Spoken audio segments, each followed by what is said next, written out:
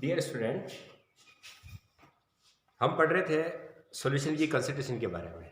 और सॉल्यूशन की कंसंट्रेशन के बारे में आपको तीन प्रकार की यूनिट, वेट के रूप में, वेट वॉल्यूम के रूप में और वॉल्यूम वॉल्यूम के रूप में, ठीक है, तीन तरह की मैंने आपको पहले वाले वीडियो में बताई थी। ओके, उसमें मैंने पहला जो दिया था डब्ल्यू परसेंटेज, यानी कि वेट परसेंटेज निकालना। तो वहां पर हमने देखा था वेट परसेंटेज क्या होता है, 100 ग्राम जो आपका सॉल्यूशन होता है उसमें सोल्यूट का कितना ग्राम डिजोल्व किया गया है, वह उसका क्या कहलाएगा, वेट परसेंटेज। इसी तरह से वेट के रूप में यदि सॉल्यूट और सॉल्वेंट को लिया जाए, यानी कि आप उसको भार के रूप में अगर सॉल्यूट को ले रहे हैं ग्राम या केजी में, और सॉल्यूशन जो सॉल्वेंट है उसको भी आप किस में ले रहे हैं, ग्राम और केजी में, तो नेक्स्ट कंसंट्रेशन के लिए जो आपकी यूनिट काम में ली जाती है वो होती है मोलैलिटी। ठीक है बच्चों, और ये बहुत ही इंपॉर्टेंट है क्योंकि मोलैलिटी और मोलैलिटी दो ऐसे कंसेप्ट हैं जो आपके एग्जाम के पॉइंट ऑफ व्यू से और अधिकांश है कंसंट्रेशन को शो करने के लिए इन्हीं यूनिट्स का प्रयोग किया जाता है।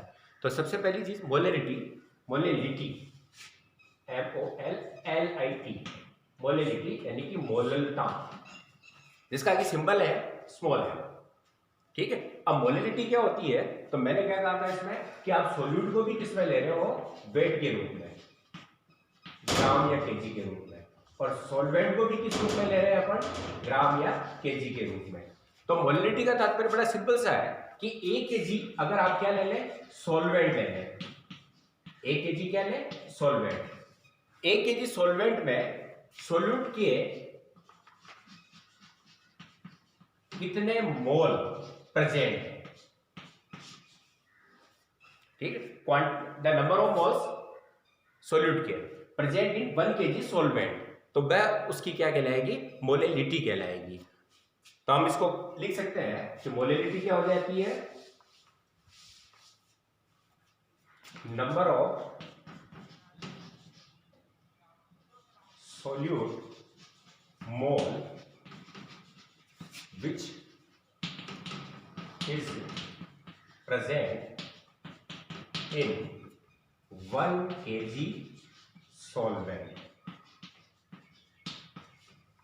ठीक है, यानी कि 1 केजी सॉल्वेंट में सोल्यूट के कितने मोल उसमें प्रेजेंट है या डिजोल्व है, उसको उस सॉल्यूशन की क्या कहलाएगी, वह मोलैलिटी कहलाएगी, यानी कि मोललता कहलाएगी।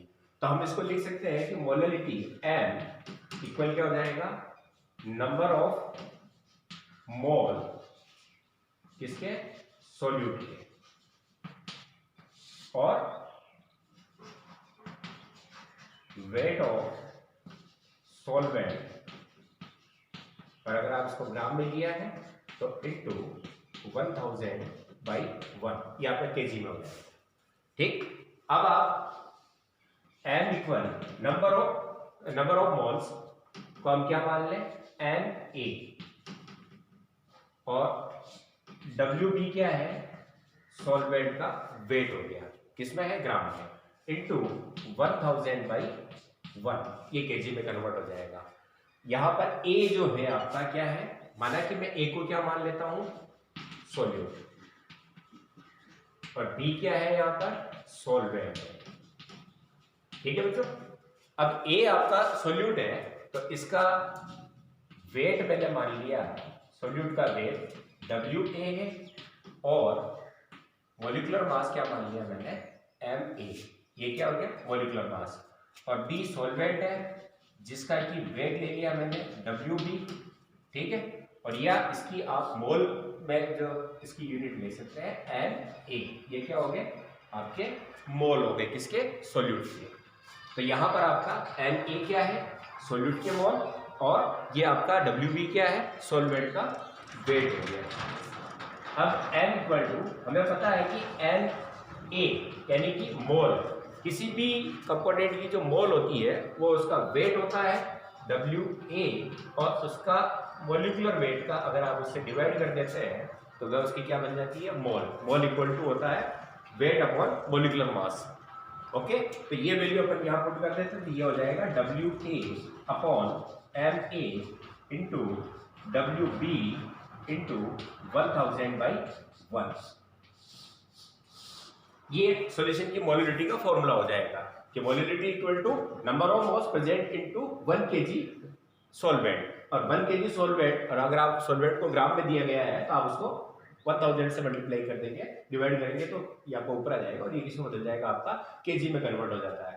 तो नंबर ऑफ मोल्स इसके सोल्यूट के, 1 केजी सॉल्वेंट में उपस्थित है, वो उसके क्या कहलाएगी, मोलिलिटी। और मोल्स बराबर होता है वेट अपॉन मॉलिक्यूलर मास। तो सोल्यूट का वेट अपॉन सोल्यूट का मॉलिक्यूलर मास। तो यहां पर आप इसको, ये WA अपॉन MA हो गया और WB आपका सॉल्वेंट का वेट हो गया इंटू 1000/1, ये आपकी क्या हो जाएगी, मोलिलिटी हो जाती है।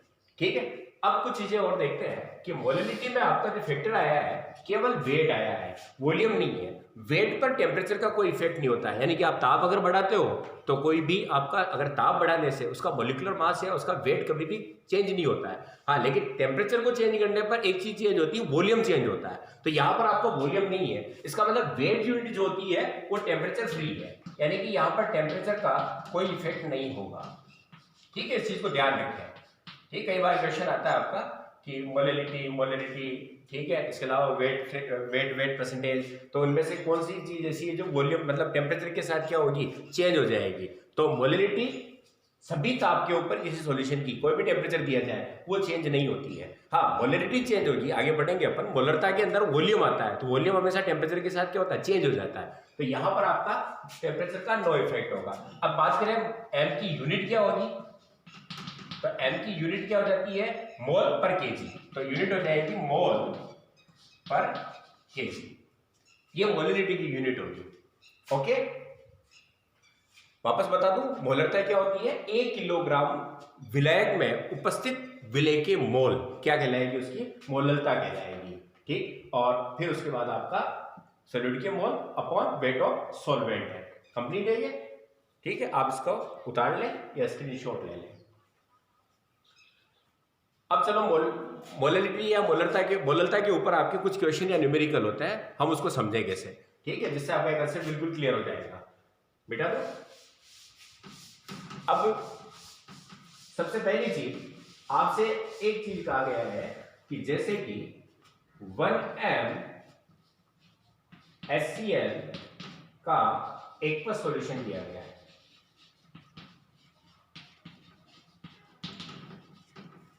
1m HCl का एक्वस सॉल्यूशन, इसका अर्थ क्या समझे आप, HCl का एक्वस सॉल्यूशन है, उसमें मोलरिटी कितनी दे रखी है, 1m।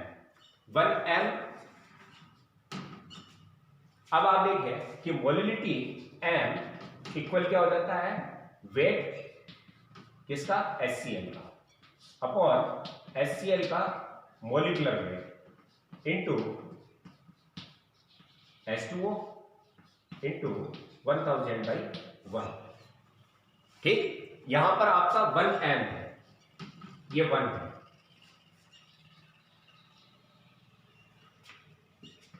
WHCl, ये WHCl, मॉलिक्यूलर वेट HCl का पता है, हाइड्रोजन का 1 और 35.5 आपका किसका होता है, क्लोरीन का। तो ये हो जाएगा 36.5 इंटू वेट। 1m सॉल्यूशन किसके लिए आता है, 1 kg के लिए, तो 1000 इंटू 1000। ठीक है, इसका मतलब WHCl क्या हो गया, 36.5 ग्राम।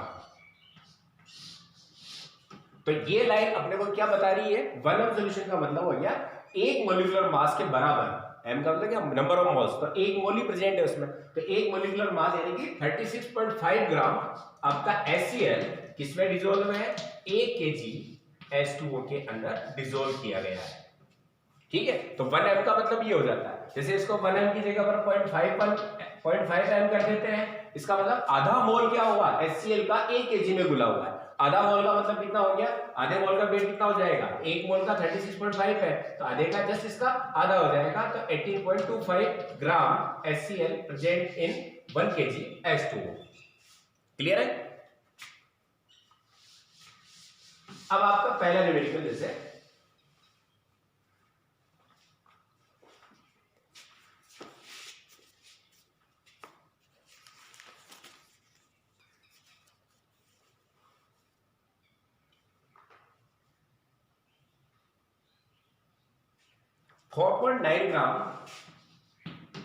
.9 ग्राम H2SO4 dissolve in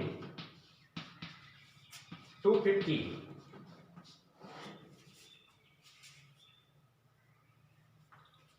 gram H2O और आपको इस सॉल्यूशन की मोलरिटी को ज्ञात करना है। क्लियर? अब आप देखें, मोलरिटी के लिए आपको क्या चाहिए था? Number of moles H2SO4।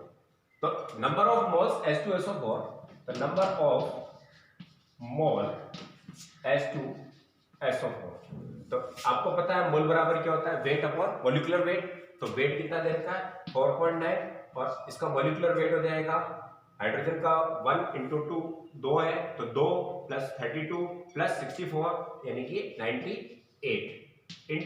ये तो हो गया आपके नंबर ऑफ मोल्स। ठीक है, अब आपका आता है सेकंड क्या लिया? वेट ऑफ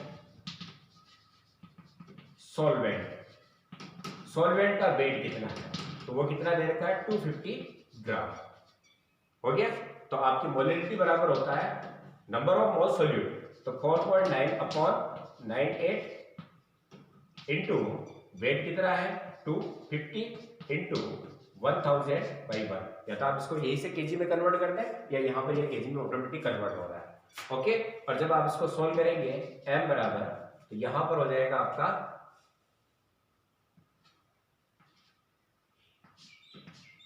2 ये हो गया 2, ये हो गया 5, 2/10, इट मीन्स 0.2 m सॉल्यूशन, यानी कि 4.9 ग्राम H2SO4 को यदि आप 250 ml में बोलते हैं तो उसके बाद आपकी जो विलेन की मोलरिटी आएगी वो कितनी हो जाएगी? 0.2 m आपकी मोलरिटी आ जाएगी। क्लियर है? अब अपन लेते हैं सेकंड न्यूमेरिकल।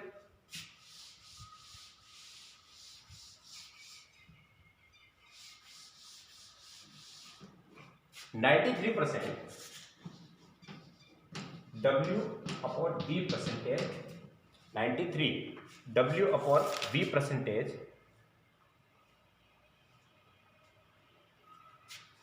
H2SO4 का सॉल्यूशन।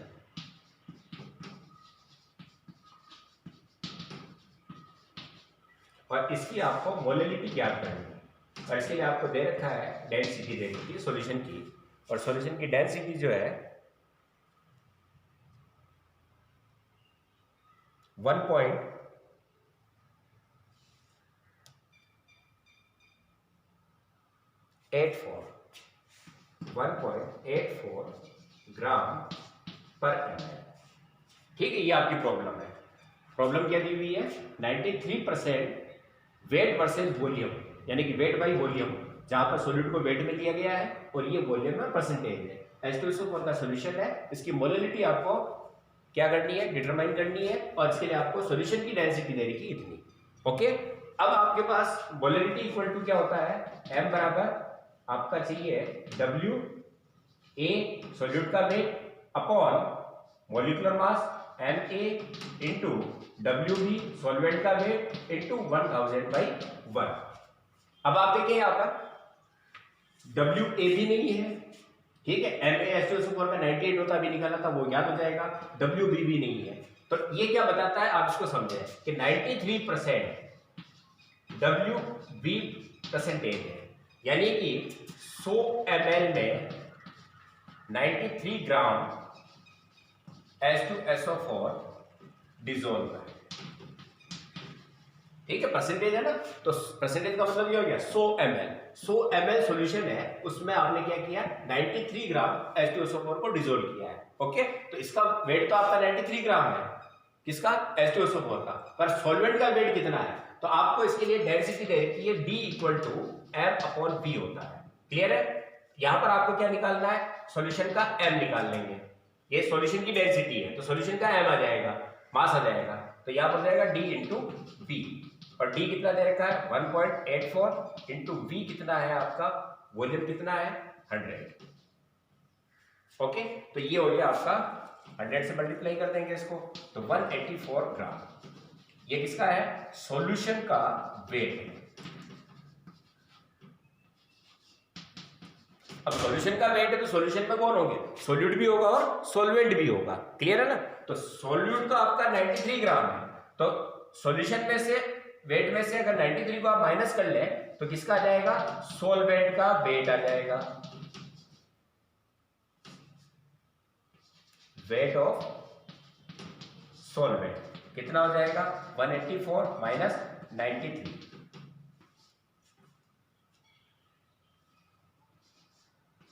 91 ग्राम आपका क्या है यहाँ पर सॉल्वेंट है। ओके, अब आपके पास वैल्यू देखिए, सोल्यूट का वेट m इक्वल टू कितना हो गया 93, मॉलिक्यूलर मास 98, वेट कितना है 91 इंटू 100/1, सारी वैल्यू आ गई ना। और इसको सोल्व करेंगे तो यह आ जाएगा 0.42 m, यानी कि मोल पर केजी। ये आपकी इसकी मोलैलिटी निकल जाएगी सॉल्यूशन की। ठीक है, यहाँ पर आपको क्या दिया गया है ना, तो सोल्यूट का वेट दिया गया है परसेंटेज मिलियन में, और आपको सॉल्वेंट का वेट नहीं है, तो इसके लिए आपको डेंसिटी दे दी गई है। तो डी हमेशा किसकी होती है सॉल्यूशन की होती है, तो सॉल्यूशन की डी से अपन ने सॉल्यूशन का वेट निकाला, तो सॉल्यूशन का जो मास आया वो 184 आ गया, क्योंकि डी बराबर m/v होता है। और इस स्थिति में आपका सॉल्यूशन का जो वेट आ रहा है उसमें से सॉल्यूट के वेट को माइनस किया तो आपको सॉल्वेंट का वेट मिल जाएगा, और ये आपकी क्या जाएगी मोलैलिटी प्राप्त हो जाएगी। ओके, अब नेक्स्ट न्यूमेरिकल है, मिटा दो इसको, आप चाहे तो इसको स्क्रीनशॉट ले लें।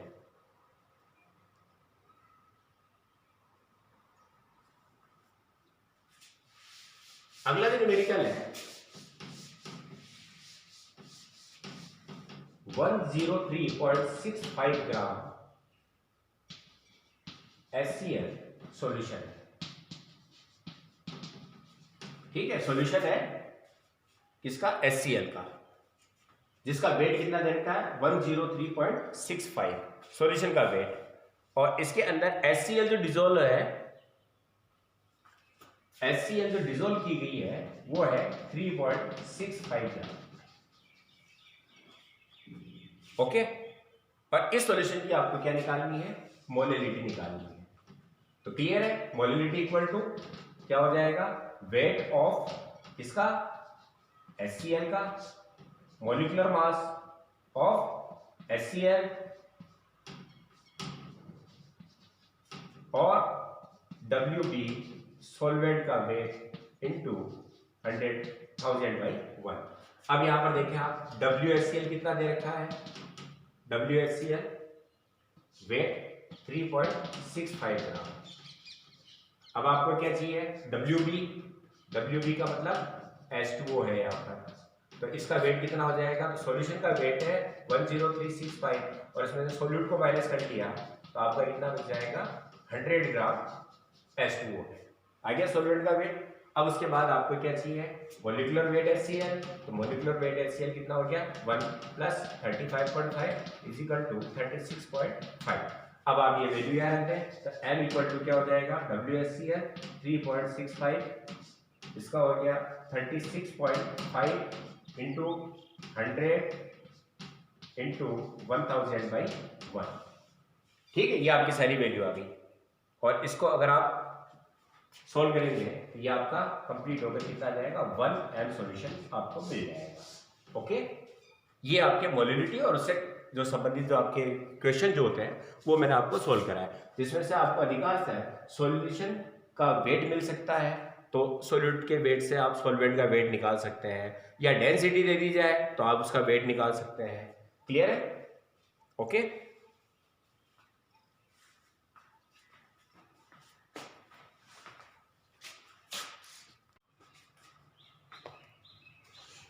डियर स्टूडेंट, वेट परसेंटेज आपकी पहली यूनिट थी जब आप वेट के रूप में कंसंट्रेशन को शो करें। सेकंड मैंने पढ़ी थी आपको मोलैलिटी। आज हम पढ़ने वाले हैं मोल फ्रैक्शन, मोल भिन्न, मोल फ्रैक्शन। हम एक एग्जांपल लेते हैं कि एक सॉल्यूट A को सॉल्वेंट B में डिसॉल्व किया गया। ठीक है, तो यहां पर आपका जो सॉल्यूशन बनेगा वो A + B का होगा, यानी कि solute plus solvent equal to आपका सॉल्यूशन हो गया। सपोज यहां पर सॉल्यूट A के लिए A का वेट WA, ठीक, मॉलिक्यूलर मास उसका क्या है MA है, और उसकी मोल नंबर ऑफ मोल्स जो बनेंगे वो आपका Na माना की।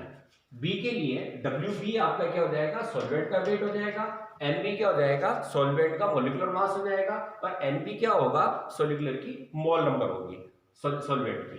ओके, जो मैंने यहाँ पे शो किया गया है। तो फ्रैक्शन क्या होती है, फ्रैक्शन में किसी भी चीज की आप फ्रैक्शन ले, जैसे यहाँ पर ए और बी में अगर आप ए का फ्रैक्शन लेते हैं तो ए की फ्रैक्शन क्या हो जाएगी, ए के मोल, ठीक, upon total number of mole present in solution, यानी कि सॉल्यूशन में कुल कितने मोल प्रेजेंट है उसमें से किसी एक कंपोनेंट के मोल कितने हैं, तो उस कंपोनेंट के जितने मोल होंगे उसमें टोटल नंबर ऑफ मोल्स से आप डिवाइड करते हो तो उसकी क्या प्राप्त हो जाएगी, आपको मोल फ्रैक्शन प्राप्त हो जाती है। यानी कि मोल फ्रैक्शन क्या हो जाती है, जैसे यहाँ पर मोल फ्रैक्शन ऑफ ए, सॉल्यूट की मोल फ्रैक्शन क्या होगी, तो यहाँ पर इसके लिए सिंपल काम में ले जाता है इस तरह एक्स की तरह, तो थोड़ा सा लंबा आपका ये लाइन होगी, इसको जीटा कहा जाता है, तो जीटा ए यानी कि मोल फ्रैक्शन ए के लिए, तो नंबर ऑफ मोल किसके, ए के, और टोटल नंबर ऑफ मोल्स जो आपके सॉल्यूशन में प्रेजेंट है, तो नंबर ऑफ मोल्स कितने माने गए हैं, एन ए, और टोटल नंबर ऑफ मोल्स कितने हो गए, N A plus N B. Okay, इसी तरह से अगर आप बी के लिए मोल फ्रैक्शन याद करना चाहते हैं तो बी की मोल फ्रैक्शन क्या हो जाएगी, mole fraction of the B, number of moles B and total number of mole present in solution, तो यहां पर हो जाएगा N B upon N A plus N B.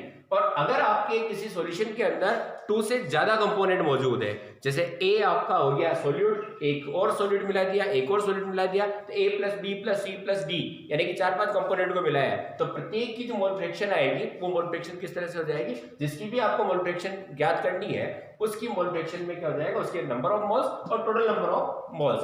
जैसे आप ए की ज्ञात करना चाहते हो, 4 कंपोनेंट है, यहां पर हो जाएगा N A plus N B plus N C plus N D, इस तरह से होगा, और टोटल नंबर्स ऑफ आपकी मोल फ्रैक्शन को टोटल कर दिया जाए, ए की मोल फ्रैक्शन, बी की मोल फ्रैक्शन, तो वो हमेशा फ्रैक्शन हमेशा 1 से लेस होती है, ठीक है ना, 1 से लेस ही होगी, तो इसका मतलब टोटल फ्रैक्शन को आप ऐड करोगे तो क्या हो जाएगी, आपकी 1 आएगी, ठीक है। इसी तरह जैसे आपने एक्स ए निकाल लिया आपने, अब आपके पास 2 कंपोनेंट ही है और एक्स बी याद करना चाहते हैं, तो एक्स बी के लिए क्या हो जाएगा, 1 माइनस एक्स ए, ठीक है ना। अब मोल फ्रैक्शन जनरली यहां पर हम देखते हैं कि मोल बराबर आपको पता है वेट अपॉन मोलिकुलर वेट होता है, तो एक्स ए के लिए यहां पर मोल फ्रैक्शन क्या बन जाएगी आपकी, अगर इसमें एन ए की वैल्यू रखें तो ये हो जाएगा W A upon M B upon W A, sorry M A W A upon M A plus W B upon M B. कैसे, एन ए मोल है, मोल मतलब आपके ए का वेट अपॉन मोलिकुलर वेट, ये मोल बन गया, इसी तरह से आपका ए का मोल और बी का मोल हो जाएगा, तो ये आपकी क्या होगी, एक्स ए यानी कि ए की मोल फ्रैक्शन। जनरली आप देखते हैं कि मोलिलिटी में हमने मोलिकुलर मास को काम में लिया था, ठीक है ना, यहां पर आप मोल फ्रैक्शन में भी आपका क्या आ गया, मोलिकुलर मास आ गया। यदि एक कंपोनेंट का मोलिकुलर मास आपको पता है तो इन रिलेशनशिप और इनकी जो प्रॉपर्टी आगे पढ़ेंगे उन प्रॉपर्टी के आधार पर आप सेकंड का अननोन का क्या कर सकते हैं, मोलिकुलर मास ज्ञात कर सकते हैं। ओके, अब बात करते हैं आप इसके न्यूमेरिकल्स की, कुछ जो इसके एग्जांपल्स हैं, ठीक है ना, मैं उसके द्वारा आपको समझाऊंगा, आप इसको उतार लें या स्क्रीनशॉट ले लें। अब आपका पहला प्रॉब्लम है, जैसे ये रखी यहां पर कि एक रिएक्शन है N2 plus H2 to NH3, ये आपकी एक इक्वेशन दे रखी है, ओके, और यहां पर इनकी मोल फ्रैक्शन दे रखी है, N2 की मोल फ्रैक्शन और अमोनिया की मोल फ्रैक्शन यहां पर आपको दे रखी है। N2 की मोल फ्रैक्शन जो है वो वैल्यू है 0.2 और इसका है 0.2 और इसका है 0.5, सॉरी 0.3 दे रखा है, ओके। और अब आपसे पूछा गया है H2 की मोल फ्रैक्शन आपको क्या करनी है, डिटरमाइन किसको करना है, H2 की मोल फ्रैक्शन को आपको डिटरमाइन करना है, ओके। तो अब आप देखिए N2 यानी कि XN2 ये सारा ही एक साथ है, यानी कि आपने एक पात्र लिया है, ठीक है ना, कोई बॉटल लिया है, उसके अंदर सारी चीजें क्या कर रखी है, डाल रखी है, N2 भी प्रेजेंट है, H2 भी प्रेजेंट है और अमोनिया भी प्रेजेंट है, जिनकी इतनी इतनी मोल फ्रैक्शन 2 की दे रखी, तीसरे की आपको ज्ञात करनी है। तो N2 की मोल फ्रैक्शन, H2 की मोल फ्रैक्शन प्लस अमोनिया की मोल फ्रैक्शन, सभी के मोल फ्रैक्शन का टोटल कितना हो जाता है, सम कितना हो जाता है 1, और यहां पर आपको कितना दे रखा है, N2 दे रखा है 0.2 प्लस H2 नहीं दिया गया है, तो H2 आपको डिटरमाइन करना है, प्लस अमोनिया का दे रखा है 0.3 इक्वल टू 1। ओके, अब आप H2 की मोल फ्रैक्शन ज्ञात करोगे तो इसको सोल्व करोगे तो 1 माइनस ये हो जाएगा 0.2 प्लस 0.3 तो 0.5, तो कितना आ गया आपका आंसर 0.5। H2 प्रेजेंट है, मोल फ्रैक्शन इसकी ये हो जाएगी। ओके, सेकंड न्यूमेरिकल,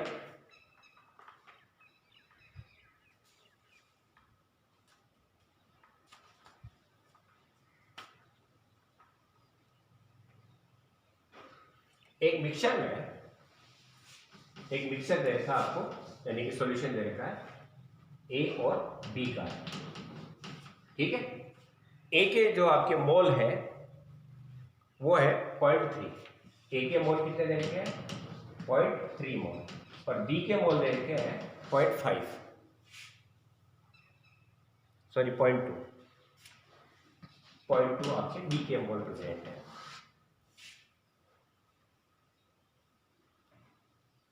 तो आपको ए व बी की मोल फ्रैक्शन ज्ञात करनी है, यानी कि एक मिक्सचर है जिसमें ए के इतने मोल है, बी के इतने मोल है, और अब आपको इनकी मोल फ्रैक्शन इजी है, बिल्कुल इजी है, ठीक है ना। तो ए की मोल फ्रैक्शन क्या हो जाएगी, नंबर ऑफ मोल्स ए के 0.3, total number of moles 0.3 plus 0.2, तो ये हो जाएगा 0.3 अपॉन 0.5, तो 3/5। इसी तरह से एक्स बी की कितनी हो जाएगी, तो 0.2 upon 0.3 plus 0.2 equal to 0.2 upon 0.5 equal 2/5। Okay, आसान सा क्वेश्चन था।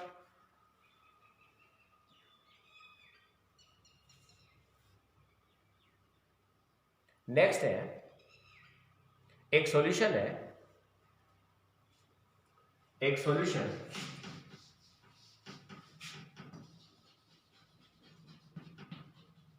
जिसमें 16 ग्राम मिथाइल अल्कोहल मिला रखा है,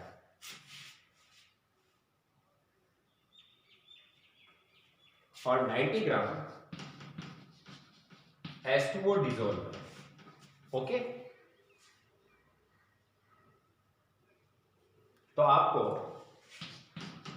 जीटा H2O व जीटा मेथाइल अल्कोहल ज्ञात करना है, यानी कि सॉल्यूशन के अंदर 16 ग्राम मेथाइल अल्कोहल है और 90 ग्राम H2O है, और आपको क्या डिटरमाइन करना है, एक तो H2O की मोल फ्रैक्शन और एक मेथाइल अल्कोहल की मोल फ्रैक्शन डिटरमाइन करनी है।